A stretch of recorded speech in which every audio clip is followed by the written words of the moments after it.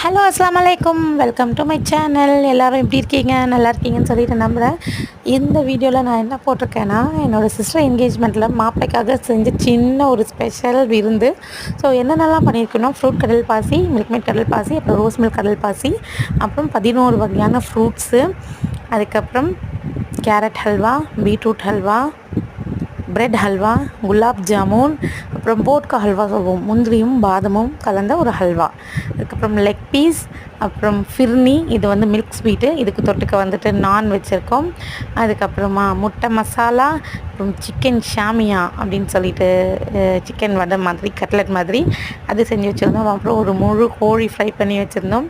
அது காம்ப்ளிமெண்ட்டாக பிரியாணி, கேசரி, சிக்கன் 65, தயிர் சட்னி, கத்திரிக்காய் பச்சடி.